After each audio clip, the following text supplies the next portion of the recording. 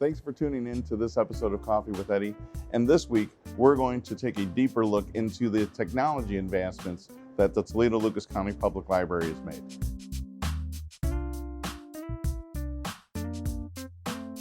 So more of everything at the library.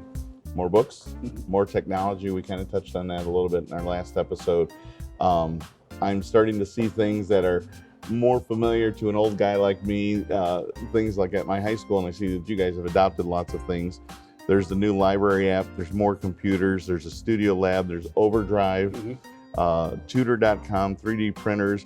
There's a lot to choose from. The library app seemed really exciting to me. It's something that people have been asking for years. We used to have an app some time ago, probably before I came to the library, but pre-2015. And that app, it was difficult to maintain and it didn't provide all the services people wanted. So we put it on hold, and we've been working with a software company to bring another one up on board, and we rolled that out just last week. It's been really successful. People love it. It gives people access to all the things they need with their account. It also has the feature that allows you to be in the stacks and check out a book right there on your phone instead of having to go to one of the self-check machines.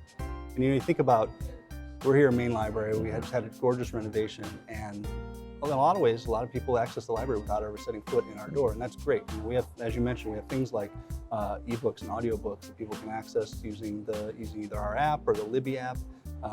There's a new service that we have called tutor.com that helps, that's for kids to get actual live tutoring help after school. So they log in with their library card and they're able to actually talk to a live tutor to help them with the homework that they need to do. That's fantastic. And I'm the parent of 5-year-old twins, and I know that when my kids get into high school, I'm not going to be of much help to them when it comes time to helping them with their homework. So having a resource like that for parents who need it. Lots of ways for people to use the library remotely, and it's something that's fine. As long as people are using this resource, it's something that we're here for. We love to have people come visit us, but we also want to be able to push the expertise and the experiences and the resources we have out into the community. I have a lot of great readers in my family, and I've got a daughter who just loves the smell of the book, and I've got another that just loves technology. So as we were going into a store one day, my one daughter, Hala, who loves the smell of the book, she's like kind of fuddling around. It's like, what are you doing? Come on, we need to get going. She goes, I'm hiding my book. And my other daughter said, why are you hiding your book? She goes, I don't want someone to steal it. She goes, nobody reads a book anymore. That's what they have their phones for. And it's funny because there was just a study that came out from the Pew Center. They said that I think millennials are tending to want to read more in print than maybe a generation like myself. I'm a Gen Xer. I'm fine. I'll read it on a phone, on a Kindle, on a tablet. In print, I'm pretty agnostic that way. But millennials tend to want to read more print.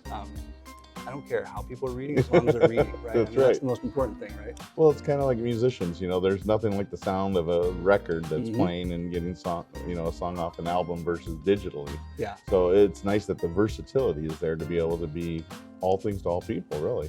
And it's accessible, regardless of whether or not you have access to broadband internet at home or device. You can always pick up a book and read it. Right. Well, and for myself, even when I'm editing contracts for clients, I can read and read on a computer screen, but until I actually print it off, there's usually a little something that I've missed there to be able to do my final edits to whatever I'm doing. So I kind of fall into that category of wanting to see something on paper before I get done. And it's interesting you mention that because we all do interact with technology in different ways. And one of the things that we do here, we have a lot of training opportunities, workshops that we offer through the library that help people with digital literacy and web literacy.